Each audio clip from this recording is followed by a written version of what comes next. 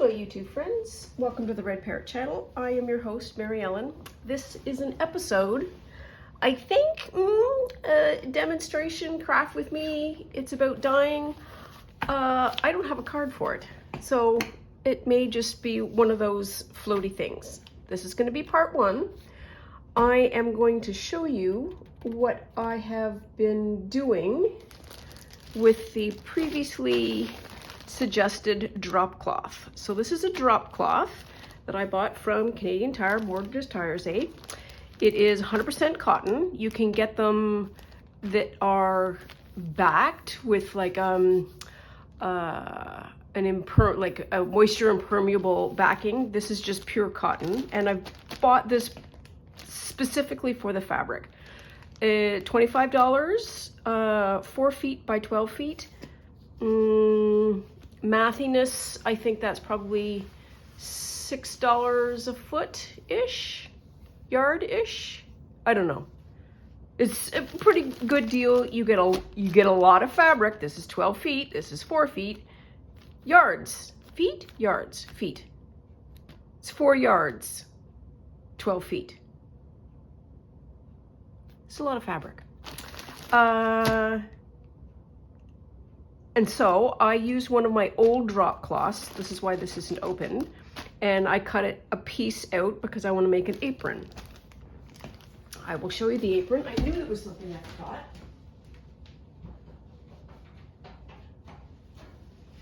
Here's the apron that I want to make. Put that aside. This is something that I thrifted, and I just really liked it. I think it's a blank, according to this. Debco bag. It's polycotton. And so I suspect that you buy these blanks and then you decorate them and so forth. And I just liked it. You can tell I've been using it out in the garden because there's 2 decent sized pockets, and it is a small-ish apron. So it's not, it's the right size. So these ties are 30 inches each by 1 inch. So these are 2 rectangles that are the same. And then this is a rectangle that is the same. And so this is pretty much like what we do when we make envelopes. We take a sheet of paper and then we fold it up slightly. This is where the lip is. Then there's some sewing or gluing. And you know, if you were to make a fabric book, you would be able to do something like that. So anyways, this is a really easy pattern to reproduce. So that's what I'm going to do. And I have a friend who is sort of getting into gardening, I guess. And so I thought it would be fun. Same person who I've made the quilt for, because anything worth doing is worth overdoing. So that's where we're going to end up. You saw the fabric. This is, and I had to figure out a way to be able to show this to you. This is the fold pattern that I used. So I basically accordioned up the material that I had, and then I rolled it like this ish. Put an elastic around it, and now I have this nice kind of brick, I guess, a round brick of material. And on one side I dropped purple dye, and on the other side I dropped orange dye. Now let's have a look at what the dyes are.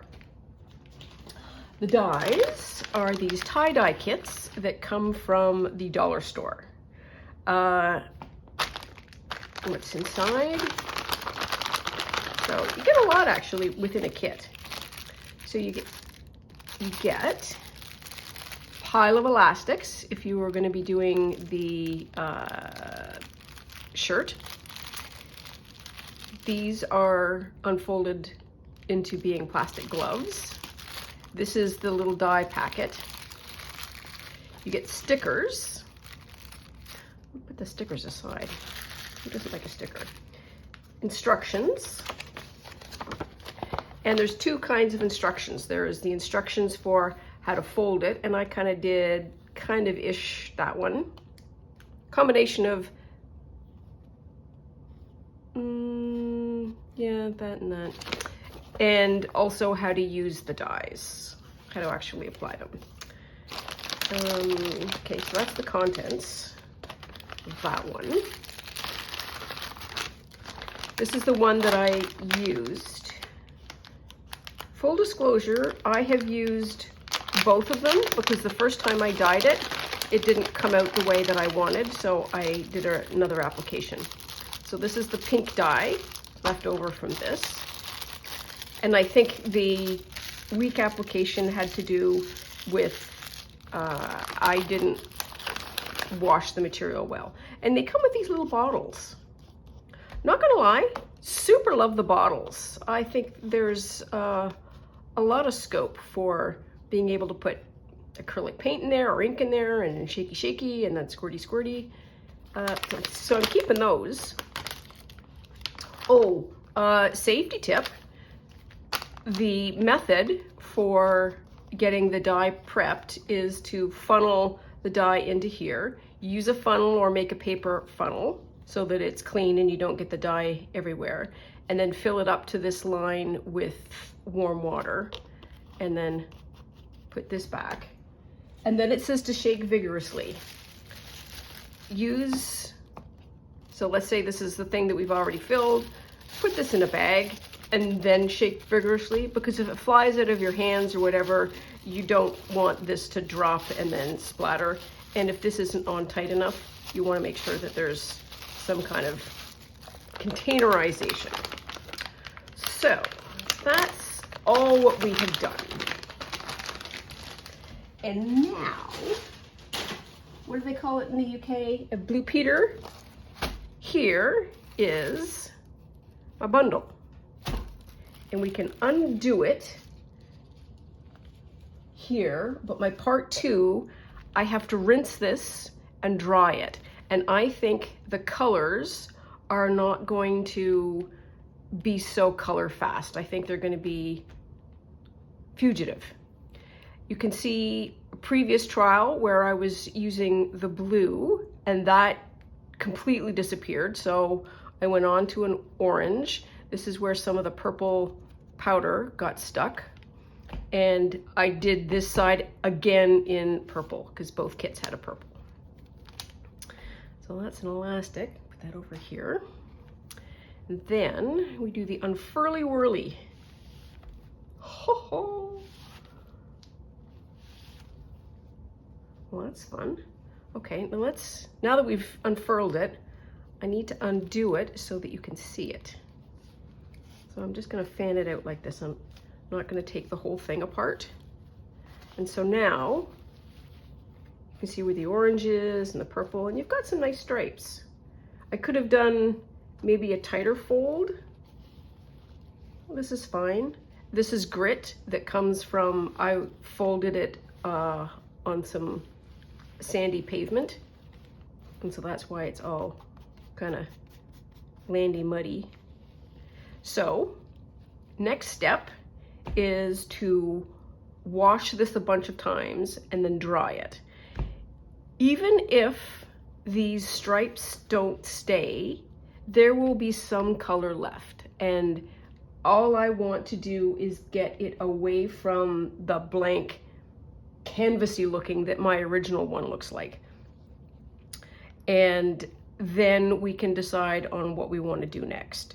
We might want to do some acrylic painting on it, some sponging, some whatever. So that is part 1. We will be back at some time in the future for part 2. Thanks so much for joining me. Always appreciate the company when I go down these rabbit holes. Take care. See you soon. Bye now. Hello, YouTube friends. Welcome to the Red Parrot channel. I am your host, Mary Ellen. This is the part 2 episode of the tie-dyeing the drop cloth canvas.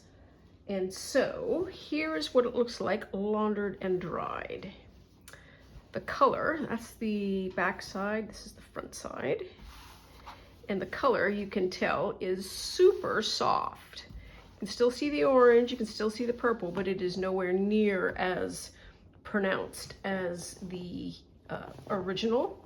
And I think that has to do with the nature of the dye that I was using, which was a very inexpensive dye, and possibly the treatment of the cloth. I didn't use any, oh, what do you call it? The dyers are yelling, mordant on this. I just dyed it sort of free for all. So anyways, this is the fabric. You'll notice that I've already cut into it so we'll get back to that in a minute. And here is the finished article with a little bit of cat hair and a little bit of human hair. So I'm quite happy with the way this turned out. I used this sort of like a red purple, and I did double lines. Yeah, I'm happy with it. I sort of centered it on one of the purple lines and purple lines there. So that was not planning particularly, just the way it happened to turn out. And I just picked a decent center to be the center pocket. So anyways, that's going to be wrapped up and given away. And then, of course, I'm left with some spare, because I always need spares. So this is where the ties came off. No, it's not. This is where the apron part came off. But I have all of this left, and I've got a lot. So I am thinking what I might do is see if I can't do a traveler's notebook journal cover. So if the traveler's notebook has the leather, sort of the leather case where you put in the inserts, I would like to try to use this to be the leather case. So I think I certainly have enough, and it will be a question of how do I create a certain amount of, I don't want to replicate leather, but I want to replicate kind of the sturdiness and the stiffness. So as always, watch this space to see what we come up with. And I hope you enjoyed this little, it's got a side quest. And we will be back to regularly programming next video, where I need to resume and figure out where we're at on the French journal. I have washed my ruler, I've washed my mat. This is the back side. I didn't wash off all the lines. And I've also got a new blade in my box cutter. So we are good to go. Anyways, that's all for now. Please take very good care of yourself. Stay out of trouble. Love you lots, and I'll see you soon. Bye now.